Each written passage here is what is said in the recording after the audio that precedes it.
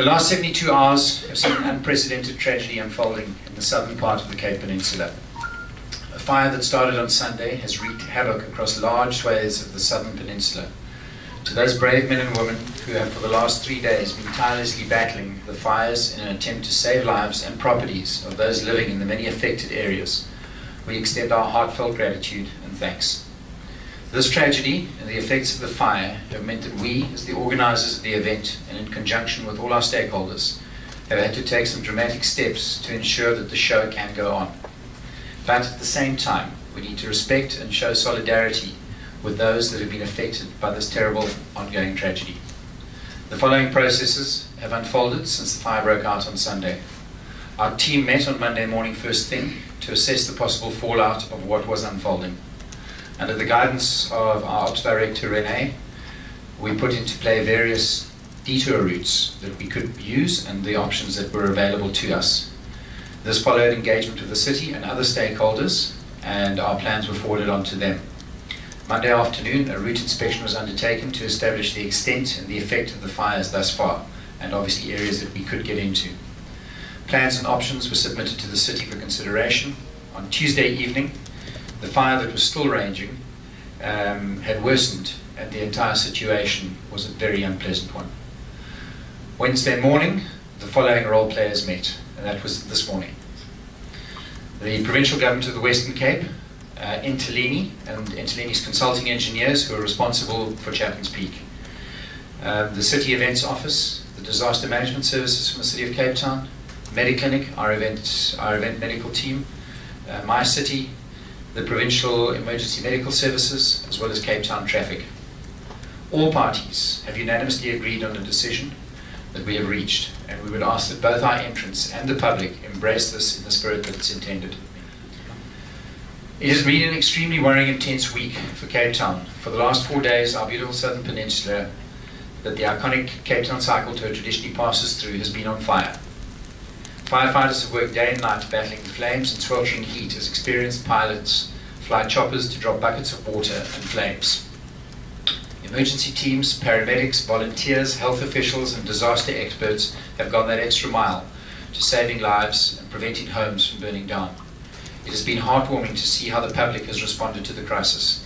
Cape Town is a city of good Samaritans, a city of heroes, and we at the Cape Town Cycle Tour are humbled by the overwhelming outpouring of good.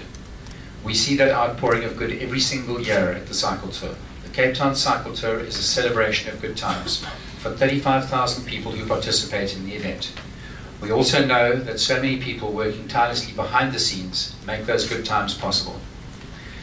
This week, we've seen people from all walks of life responding to the fires, and we know that people of this great province don't only come together for good times, but also together when there's a crisis. And we share their concerns of the local communities and join in rallying behind them and these brave firefighters. For the cycle tour to be able to safely cater for the 35,000 anticipated participants, we need to start placing infrastructure in place on the ground by tomorrow morning.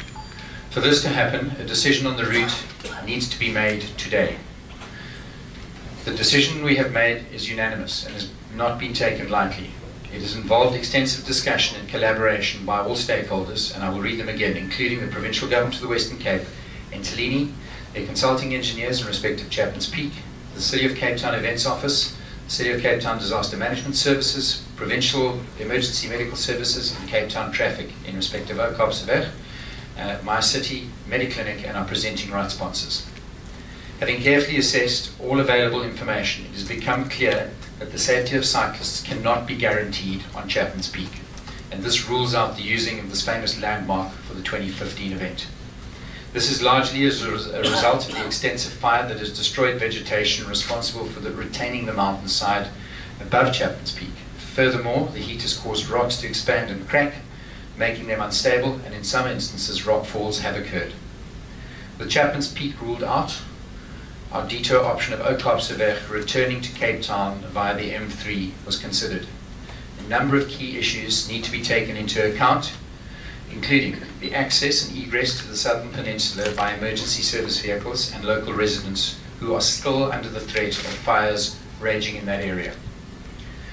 The soot and ash covering both sides of the road at Oudtshoorn present a considerable health risk to participants, and this would be exacerbated by the likelihood of wind. The idea of an out and back route via main road to Cape Point and back is impractical for an event of this size, with road widths in certain areas between Fischhoek and Muizenberg narrowing down to a width of only 4 meters.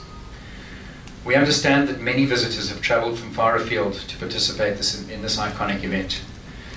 And we also are keenly aware of the need to reduce the impact of the event that will have on traffic and other emergency services that are desperately needed elsewhere in the South Peninsula. With this in mind, we have taken a very bold decision and will be staging a vastly shortened version of our beloved Cape Town cycle tour in solidarity and support with those affected by the tragic fires burning on the mountains around Cape Town. The route will be approximately 47-kilometer circular route from its normal start at the Civic Centre to the end of the M3, or the Blue Route as it is affectionately known, and back the same way to a slightly altered finish in Greenpoint. The unfortunate set of circumstances that we face this week is unprecedented in the 38-year history of the Cape Town Cycle Tour. On Sunday, cyclists won't see pristine scenery as they make their way around the shortened route. They should see the smouldering landscape as a source of inspiration and pride, because it represents the heroism and men and women who have very literally put their bodies in the line of fire. The ride remains a celebration of Cape Town and this wonderful peninsula on the southern tip of Africa. The Cape Town Cycle Tour will go on because the fighting spirit of the people of Cape Town has demonstrated that. Nothing can take it away from us, not even the fire.